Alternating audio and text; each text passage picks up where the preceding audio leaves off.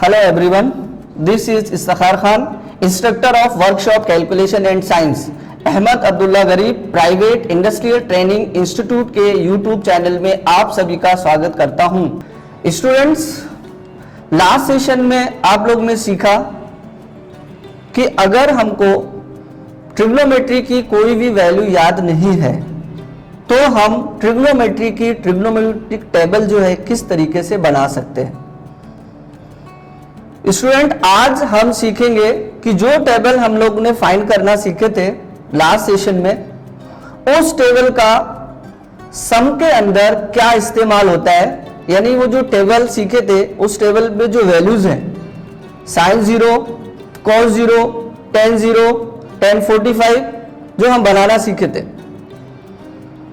उस वैल्यूज को हम आज सम के साथ इस्तेमाल करेंगे कि उसको आगे कैसे हमको फाइंड करना है। तो चलिए आज हम लोग आज का सेशन स्टार्ट करते हैं।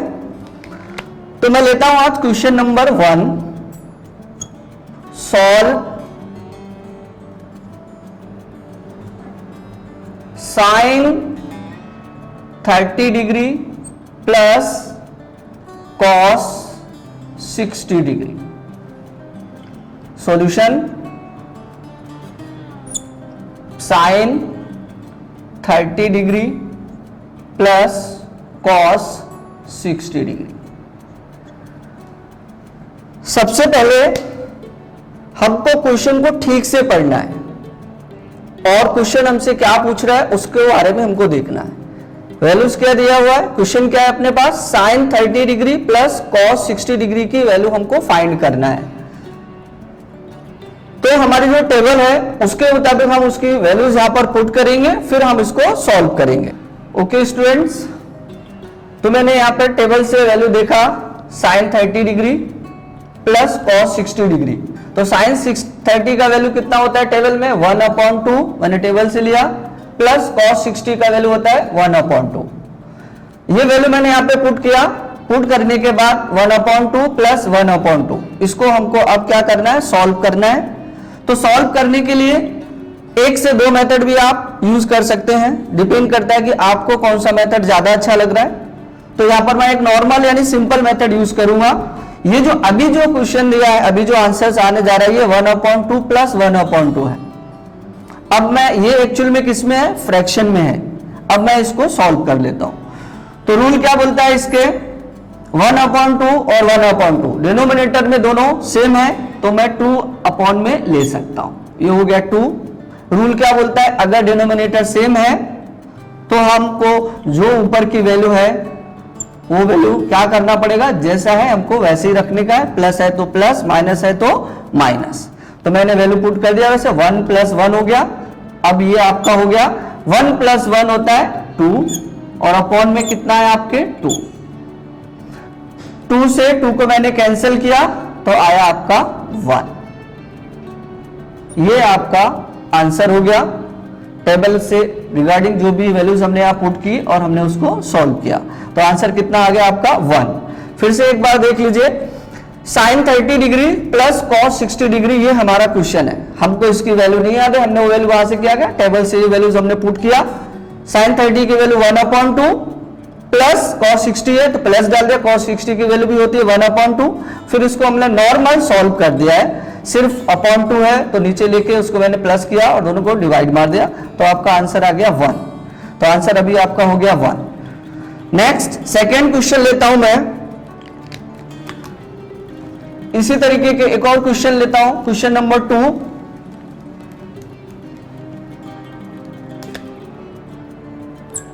Solve sine 30 multiply cos square 45 multiply tan square 45।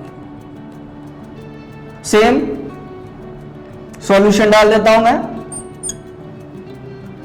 Question देख लीजिए क्या है, साइन 30 डिग्री है, कॉस स्क्वायर 45 है और आपका tan स्क्वायर 45। अब यहां पर साइन 30 की वैल्यू मैं टेबल से देख लेता हूं। साइन 30 की वैल्यू कितना होता है 1/2 मल्टीप्लाई है तो मल्टीप्लाई ले लिया मैंने। फिर किसकी वैल्यू चाहिए, cos 45। तो cos 45 का वैल्यू कितना होता है, टेबल से देखा मैंने 1/√2।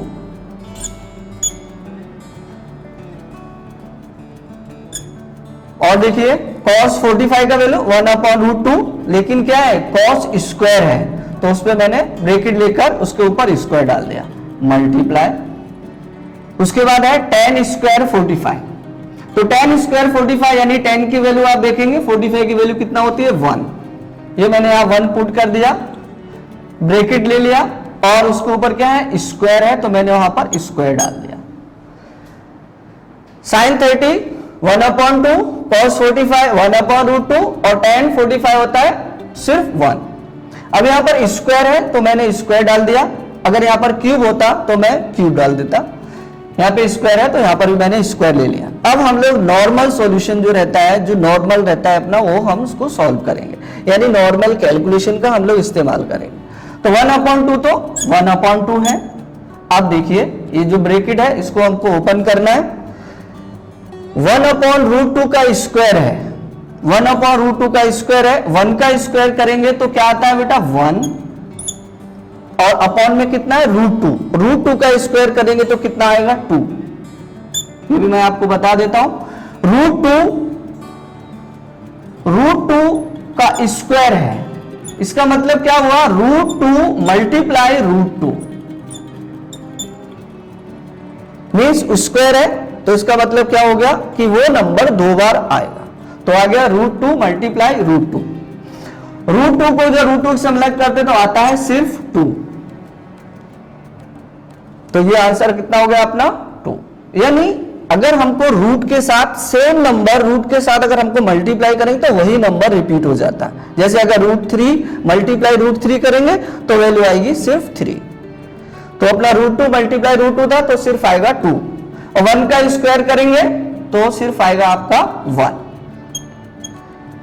अब हमारे पास क्या है स्टूडेंट्स, 1/2 मल्टीप्लाई 1/2 और मल्टीप्लाई 1। देखिए प्लस जब रहता है और माइनस जब रहता है तो हमको क्या करना होता है, उसका एलसीएम लेना होता है, या फिर हम नॉर्मल मेथड से भी उसको हम सॉल्व कर सकते हैं। वो आपके ऊपर डिपेंड करता है कि आपको कौन सा कैलकुलेशन इजी लग रहा है। यहां पर जो है क्या है, मल्टीप्लीकेशन है, तो मल्टीप्लीकेशन का रूल क्या बोलता है कि एक सिंपल मेथड रहता है मल्टीप्लीकेशन का, जो ऊपर के टर्म है, अगर नॉर्मल में बात करेंगे न्यूमरेटर और डिनोमिनेटर, तो जितने भी ऊपर के आपके न्यूमरेटर हैं उन सबको पहले हम मल्टीप्लाई करेंगे। तो ऊपर कितना है 1 1 1, तो 1 को कितनी बार मल्टीप्लाई करेंगे तो आंसर आपका 1 ही आने वाला है, यानी 1 × 1 × 1 तो 1 ही रहेगा। अब अपॉन में कितना है 2 और 2, तो 2 को 2 के साथ मैंने मल्टीप्लाई किया तो गया 2 2 जा 4, यानी आंसर आ गया आपका 1/4। तो इस क्वेश्चन नंबर 2 का आंसर हो गया अपना 1/4। अब ये जो स्टूडेंट आंसर आया है ये है 1/4। जैसे कि आप सभी अच्छे से जानते हैं कि 1/4 जो है ये क्या है, ये एक्चुअल में अभी फ्रैक्शन की कंडीशन में है। एग्जाम में ऑप्शन के साथ जब क्वेश्चन पूछता है कि किसी क्वेश्चन के ऑप्शन रहते हैं ABCD करके, जिसको हम लोग बोलते हैं MCQ, मल्टीपल चॉइस क्वेश्चन, कि अगर कंडीशन में है, अगर ये आंसर नहीं है तो आंसर क्या हो सकता है, तो ये अभी जो है वो क्या है, फ्रैक्शन है। अगर हम इसको आगे और सॉल्व करेंगे तो आता है डेसिमल। तो डेसिमल का मतलब क्या होता है, वो आंसर जो पॉइंट में रहता है वो कहलाता है डेसिमल। अगर मैं इसको आगे और सॉल्व करता जाऊंगा तो क्या करना है, 1 को 4 से डिवाइड मारना है।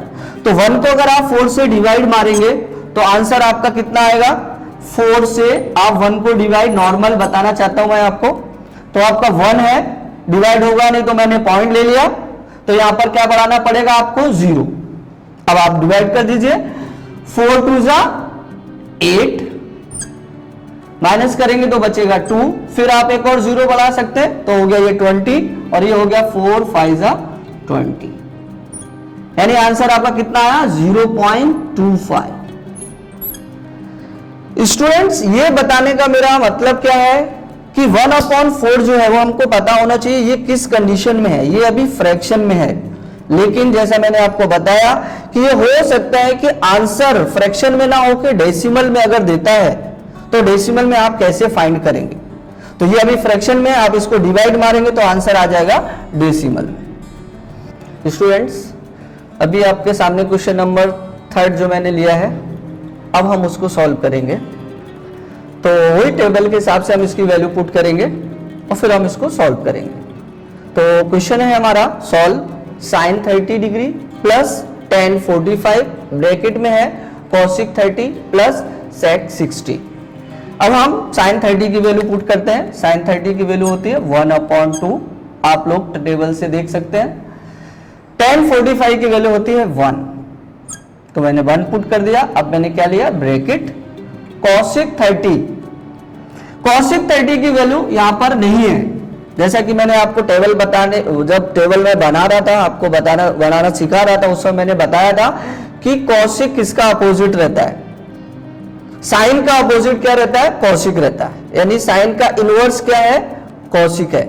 यानी जो sin 30 की वैल्यू होगी वो उसका अगर हम रिवर्स कर देंगे तो वो cosec 30 की वैल्यू हो जाती है। तो पहले हम इस टेबल में sin 30 की वैल्यू देख लेते हैं। sin 30 की वैल्यू कितना है 1/2, और 1/2 को हम क्या कर देंगे, उल्टा कर देंगे, रिवर्स कर देंगे, तो आंसर हो जाएगा, ये बन जाएगा आपका 2/1। फिर आपका क्या है प्लस, फिर है sec 60। यहां पर भी देखिए अपने टेबल सिर्फ हम लोगों ने 3 ही बनाया है, sin, cos और tan। यहां पर भी हमको वैल्यू फाइंड करना है किसकी, sec 60 की, लेकिन टेबल में नहीं दिख रही है आपको। तो अब हमको क्या बताया था मैंने कि sec किसका इनवर्स होता है, तो sec किसका इनवर्स होता है, cos का। तो cos 60 की वैल्यू देखना है और उसको हमको रिवर्स कर देना। तो cos 60 की वैल्यू हम टेबल से देखेंगे तो क्या है 1/2, इसको भी हम रिवर्स कर देते हैं, तो 1/2 का उल्टा कर देंगे तो क्या हो जाएगा 2/1। ये चीज आपको बहुत ध्यान से देखना है। अब हमने सारी वैल्यूज पुट कर लिए। अब हमारा क्या है, वैल्यू पुट होने के बाद आ जाता है हमारा कि कैलकुलेशन, वो हमारा एकदम परफेक्ट रहना चाहिए। परफेक्ट मीन्स आपको बराबर से ये चीज मालूम होनी चाहिए कि प्लस का क्या करना होता है, मल्टीप्लाई का क्या करना होता है, डिवाइड है तो क्या करना है, ब्रैकेट्स है तो उसका क्या करना है। रूल्स के मुताबिक अगर किसी भी क्वेश्चन के अंदर अगर ब्रैकेट्स है, एक ब्रैकेट होता है, ब्रैकेट्स बोले तो एक से ज्यादा ब्रैकेट है, तो जो भी ब्रैकेट्स के टाइप रहते हैं पहले हम उनको सॉल्व करते हैं, उसके बाद हम एक एक स्टेप आगे जाना होता है। तो ये क्वेश्चन जो हमारा वैल्यू पुट करने के बाद अभी जो कंडीशन आई, इसमें क्या है कि एक ब्रैकेट का इस्तेमाल हुआ है, तो सबसे पहले रूल के मुताबिक हमको उस ब्रैकेट तक जाना है। तो मैंने वैसे ही नॉर्मल वैल्यू लिख लिया और ब्रैकेट तक हम आए। अब ब्रैकेट में क्या हो रहा है, पहले हमको उसका कैलकुलेशन करना है, मीन्स उसका सॉल्यूशन करना है, मीन्स उसमें प्लस हो रहा है कि माइनस हो रहा है कि डिवाइड हो रहा है कि मल्टीप्लाई, वो करने के बाद ही हम आगे बढ़ सकते हैं। तो इस ब्रैकेट में देख लीजिए क्या हो रहा है, 2 के अपॉन 1 है, उसकी कुछ वैल्यू रहती नहीं है, यानी 2 को आप 1 से डिवाइड करेंगे तो कोई फर्क नहीं पड़ता है, तो आपका सिर्फ 2 रहेगा और दूसरे यहां पर भी आपका सिर्फ 2 आ जाएगा। नेक्स्ट स्टेप पे आते हैं हम लोग, 1/2 प्लस 1 ब्रैकेट है। अब ब्रैकेट में देखना है हमको कि एक्चुअल में ब्रैकेट में क्या हो रहा है, सिंप्लीफिकेशन क्या है, ब्रैकेट के अंदर सिंप्लीफिकेशन क्या है कि प्लस है कि डिवाइड है कि मल्टीप्लाई है। तो हमारे पास ब्रैकेट के अंदर क्या दिख रहा है हमको, प्लस है, तो पहले हम उसको प्लस कर लेते हैं। तो मैंने प्लस किया, 2 + 2 हो गया आपका 4, 2 + 2 कितना हो गया 4। अब ये ब्रैकेट आपका एक सिंपल बन गया। अब रूल क्या बोलता है कि ब्रैकेट के बाहर क्या है, जो नंबर ब्रैकेट के बाहर रहता है उसको हमको ब्रैकेट के नंबर से मल्टीप्लाई करना होता है। जैसा कि रूल है कि जो नंबर ब्रैकेट के बाहर है उसको क्या करना है, हमको ब्रैकेट के अंदर जो नंबर है उसको हमको मल्टीप्लाई करना होता है। तो 1/2 ऐसे ही कैरी कर लेता हूं मैं, प्लस 1 है ब्रैकेट के बाहर, 1 को मैंने 4 से मल्टीप्लाई किया, तो 1 4 जा 4 या 4 1 जा 4 आया, ये आपका आ गया 4। अब देखिए आगे स्टेप में हमको जाना है। अभी हमारे पास जो कंडीशन है सॉल्यूशन की वो क्या है, 1/2 प्लस 1 सिर्फ 4 है, 1/2 प्लस 4 है। ये 1/2 जो है वो किस में है, फ्रैक्शन में है, मगर 4 जो है वो सिर्फ नॉर्मल अभी एक नंबर है। तो हम इसके अपॉन में भी 1 लिख सकते हैं। क्यों लिख सकते हैं, क्योंकि 1 से किसी भी नंबर को डिवाइड मारते हैं या किसी भी नंबर से मल्टीप्लाई करते हैं उस पर कोई भी फर्क नहीं पड़ता है। अब देखिए यहां पर है 1/2 प्लस 4/1। अब इसको हम लोग को सॉल्व करना है, तो इसका एक सिंपल मेथड है कि ये 1/2 है और ये 4/1 है, तो 4 के नीचे तो 1 है, उससे तो कोई फर्क पड़ने वाला नहीं है, तो हम ले सकते हैं अपॉन में कितना 2।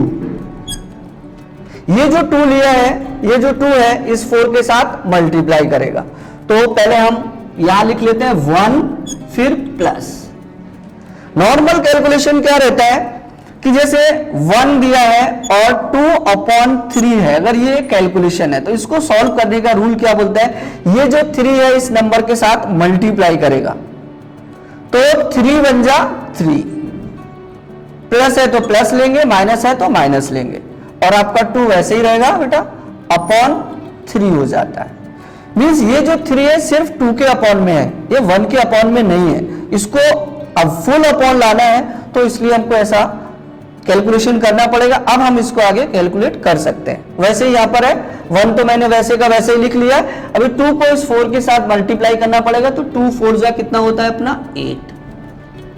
अब हम लिख सकते हैं 1 प्लस 8/2। अब ये 2 से आप कभी भी 8 को डिवाइड नहीं कर सकते। रूल क्या बोलता है कि ये 2 जो अपॉन में नंबर है, जितने भी ऊपर के नंबर हैं वो सारे उस 2 से डिवाइड होना चाहिए। आगे आते हैं हम लोग। अब ऊपर का कैलकुलेशन क्या है, 1 प्लस 8 यानी प्लस हो रहा है, तो 1 प्लस 8 हो गया आपका 9 और डिवाइड बाई कितना हो गया आपका 2।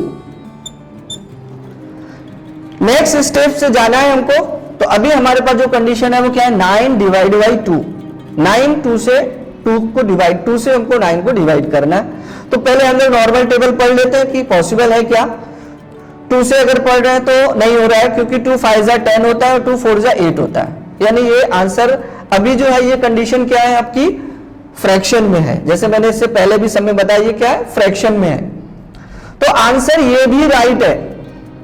अब फ्रैक्शन के भी ना 3 टाइप होते हैं, तो ये जो कौन सा फ्रैक्शन है वो हमको पता होना चाहिए, क्योंकि ये जो है ना इम्प्रॉपर फ्रैक्शन है। एक प्रॉपर फ्रैक्शन होता है, एक इम्प्रॉपर फ्रैक्शन होता है और एक मिक्स्ड फ्रैक्शन होता है। तो ये जो है ना आपका इम्प्रॉपर फ्रैक्शन है। इम्प्रॉपर फ्रैक्शन किसको बोलते हैं, ऊपर का टर्म अगर बड़ा है और नीचे का टर्म छोटा है तो इज कॉल्ड इम्प्रॉपर फ्रैक्शन। अगर ऊपर का टर्म छोटा है नीचे का टर्म बड़ा है तो कहलाता है प्रॉपर फ्रैक्शन। तो ये हमारा इम्प्रॉपर फ्रैक्शन है, इसको हम डिवाइड करके यहां लिखेंगे तो आंसर हमारा आ जाएगा डेसिमल में। डेसिमल में आ जाएगा, वहां तक हम उसको छोड़ सकते हैं। फिर तो इसको अगर नॉर्मली डिवाइड कर ले बेटा 2, ये है आपका 9, 2 से 9 को डिवाइड करना है, तो 2 4 जा 8 होता है, 1 बचता है आपका, पॉइंट लगाएंगे आप 0 बढ़ जाएगा, 2 5 जा आपका होता है 10 नॉर्मल, और आप इसको डिवाइड कर देंगे तो आपका आ जाएगा 4.5। ये हो गया आपका आंसर, हो गया 4.5। सॉल्व किया, डिवाइड किया तो आंसर आ गया आपका 4.5। देखिए बेटा जो 9/2 लिखा था, 9/2 लिखा था, वो भी आंसर आपका सही है, लेकिन वो फ्रैक्शन की कंडीशन में है। अगर आपको बोलता है कि आंसर को डेसिमल में लाना है तो उस आंसर को हमको डिवाइड करना है, जो आंसर आएगा वो आपका हो जाएगा डेसिमल में। स्टूडेंट्स अब लेता हूं मैं क्वेश्चन नंबर 4। क्वेश्चन नंबर 4 क्या है, sin square 30 plus cos square 45 plus tan square 45। इसको हमको सॉल्व करना है, तो इसकी हम सारी वैल्यू टेबल से पुट कर लेते हैं। तो sin 30 क्या होता है 1/2। अभी स्क्वायर दिया है तो मैंने क्या किया, उस पर स्क्वायर ले लिया है। cos स्क्वायर 45 मीन्स cos 45 की वैल्यू होती है 1/√2, और उस पर भी क्या है स्क्वायर, तो मैंने उस पर क्या ब्रैकेट लेकर स्क्वायर ले लिया है। फिर है tan स्क्वायर 45, यानी tan 45 का वैल्यू होता है 1, ठीक है, और 1 का कर दिया मैंने स्क्वायर, ठीक है। क्वेश्चन के मुताबिक मैंने सारी वैल्यूज पुट कर दिया है। अब हमारा बचता है सिर्फ कैलकुलेशन। कैलकुलेशन पे बहुत ध्यान रखना है इस बात का कि हम सही जा रहे हैं क्या नहीं। अब पहला हमारा है, फर्स्ट पॉइंट है 1/2 का होल स्क्वायर। तो पहले स्क्वायर कर लेते हैं। 1 का स्क्वायर 1 होता है और 2 का स्क्वायर होगा आपका 4, प्लस यहां पर भी देख लीजिए यह है 1/√2 का स्क्वायर। तो 1 का स्क्वायर 1, √2 का स्क्वायर कितना होगा 2, प्लस 1 का स्क्वायर 1। ये सारी वैल्यूज पुट किया मैंने। पुट करने के बाद मैंने उनको क्या किया, ब्रैकेट्स आता है, ब्रैकेट्स को मैंने ओपन कर दिया। ओपन करने के बाद अब ये कंडीशन आई है हमारी। क्या कंडीशन आई है, 1/4 प्लस 1/2 प्लस 1। अब यहां पर देखिए टर्म कितने हैं, 1 2 3। आपको ये चीज भी अच्छे से पता होगी कि टर्म्स हम कैसे पता करते हैं। किसी भी क्वेश्चन के टर्म्स को पता करने के लिए एक सिंपल लॉजिक है कि अगर क्वेश्चन के अंदर कितने प्लस और कितने माइनस के साइन है, मल्टीप्लाई नहीं, प्लस और माइनस के कितने साइन है, जितने प्लस और माइनस के साइन है उसमें हम एक और प्लस कर देंगे तो वो हमारे टर्म्स हो जाते हैं। तो देख ले यहां पे प्लस के साइन 2 है, तो मैं क्या बोला, 2 एक और उसमें प्लस करना है, तो 2 में एक और प्लस कर देंगे तो हमारे टर्म हो जाएंगे 3। तो 1 2 3। तो अपने पास टर्म जो है वो अभी कितने हैं, 3 टर्म्स है। अब इनको हमको सॉल्व करना है और सभी जगह क्या है, प्लस है। तो ये कंडीशन आती है कि जब 2 टर्म होते हैं तो हम क्या करते हैं, क्रॉस मल्टीप्लाई करके सॉल्व करते हैं। जैसे 1/2 लिखा है प्लस 1/3, इसको हम नॉर्मल सॉल्व कर लेते हैं। तो नॉर्मल सॉल्व कर लो इसको, तो रूल क्या बोलता है, 3 1 जा 3, 2 1 जा 2, और नीचे का मल्टीप्लाई करना होता है, 2 3 जा 6। जो हमारा आंसर आता है हम उसको सॉल्व कर सकते हैं। 3 + 2 कितना हो गया, 5/6। ये अपना सॉल्यूशन है। लेकिन जब टर्म 2 से ज्यादा रहते हैं, 2 से ज्यादा रहते हैं, तो क्या करना है, तो उसको हमको क्या करना होता है, एलसीएम फाइंड करना होता है, लीस्ट कॉमन मल्टीपल लेना होता है, तब हम उसको सॉल्व कर सकते हैं। लेकिन ये कंडीशन कभी अप्लाई करना होती है जब टर्म 2 से ज्यादा हो। तो अपने पास टर्म्स कितने हैं, 3 हैं। तो एक लाइन अपॉन में ले लेता हूं पहले मैं एलसीएम लेने के लिए। और आप लोग को पता होगा कि एलसीएम का मतलब क्या है, लीस्ट कॉमन मल्टीपल। यानी लीस्ट कॉमन मल्टीपल का क्या है, जिस नंबर का हमको एलसीएम फाइंड करना है वो नंबर को हम लेते हैं और उसका हम लोग पहले एलसीएम फाइंड करते हैं। तो नंबर है अपने पास 4 और नंबर है अपने पास 2। एलसीएम फाइंड करने के लिए क्या रहता है, वैसे तो नॉर्मल एक सिंपल मेथड है कि यहाँ पे जो बड़ा नंबर है वो आप यहाँ पर ले सकते हैं, लेकिन ये हर क्वेश्चन में अप्लाई नहीं हो पाता है। तो मैं बताना चाहूंगा कि यहाँ पे आप सबसे परफेक्ट क्या ले सकते हैं। तो यहाँ पर 4 है, यहाँ पर 2 है, यहाँ 1 है, तो लेने की जरूरत नहीं। तो यहाँ पर है, अब इसको हम ये जो दिया है 4 और 2, इस 4 और 2 को हमको डिवाइड करना है ऐसे नंबर से कि दोनों टर्म डिवाइड होना चाहिए। तो मैं 2 से ले लूं, 2 2 जा 4 और 2 1 जा 2। फिर 2 से ले सकता हूं मैं, 2 1 जा 2 और ये 1। जो आंसर आए 2 आया और 2 आया, दोनों को मल्टीप्लाई किया तो आंसर आया अपना 4। इस लीस्ट कॉमन मल्टीपल का मतलब क्या होता है कि हमको तब तक डिवाइड करना है जब तक लास्ट में 1 1 ना आ जाए। सभी टर्म में, चाहे 2 टर्म हो, 3 टर्म हो, 4 टर्म हो, 5 टर्म हो, कोई फर्क नहीं पड़ता। लेकिन ये कंडीशन अगर 2 से मैंने डिवाइड किया तो सारे टर्म 2 से डिवाइड होना चाहिए। अगर 3 से डिवाइड किया तो 3 से सारे टर्म डिवाइड होना चाहिए। जो आंसर्स आएंगे आपके उनको क्या करना है, हमको मल्टीप्लाई करना है और मल्टीप्लाई को वो फिर यहां पर जो आंसर है वो अपॉन में लिखना है। तो अपॉन में कितना आ जाएगा अपना 4। कितना आ गया अपॉन में 4। अब देख लीजिए स्टूडेंट्स, हमको क्या करना है कैलकुलेशन में कि फर्स्ट टर्म, सेकंड और थर्ड टर्म। फर्स्ट टर्म को देखेंगे पहले। फर्स्ट टर्म का जो ऊपर का टर्म है वो यहां लेंगे, मल्टीप्लाई लेंगे, इस 4 को इस 4 से डिवाइड मारेंगे, जितना आंसर आएगा वो यहां पर मल्टीप्लाई करेंगे। तो 4 1 जा 4 यानी 1 आया। सेम कैलकुलेशन कंटिन्यू, प्लस 1 लेंगे। अब देखिए यहां पर 4 था तो मैंने 4 को 4 से मारा, लेकिन यहां पर कितना है, 2 है। यहां पर कितना है, 2 है। 2 को मैं 4 से डिवाइड मारूंगा तो कितना होगा, 2 2 जा 4, कितना आया 2, वो मैंने यहां लिख लिया। फिर हो गया आपका प्लस, और यहां पर क्या है बेटा 1 है, और यहां पर आपको मल्टीप्लाई। 1 के अपॉन में हमेशा 1 रहता है, आप लिखना चाहे तो लिख ले, नहीं लिखेंगे तो भी चलेगा। वो 1 को 4 से डिवाइड मारेंगे तो 1 4 जा 4 ही रहने वाला है, तो आपका कितना आ जाएगा यहां पर 4। ठीक है, आप ये कैलकुलेशन बहुत अच्छे से देख ले पहले कि मैंने क्या किया, एक एलसीएम फाइंड किया, जो आंसर आया अपना 4। फिर फर्स्ट टर्म में जाएंगे। फर्स्ट टर्म में क्या है, ऊपर का टर्म जो है वैसे का वैसे ही रहता है, मल्टीप्लाई का साइन लेना होता है और इस 4 से इसको डिवाइड मारना होता है। तो डिवाइड करेंगे आप, 4 से 4 को डिवाइड करेंगे तो 4 1 जा 4, यानी आंसर कितना आया 1। सेम आगे कंटिन्यू ये कैलकुलेशन करते जाए। अपॉन में कितना है 2 बेटा, तो 2 2 जा 4, 2 आ गया।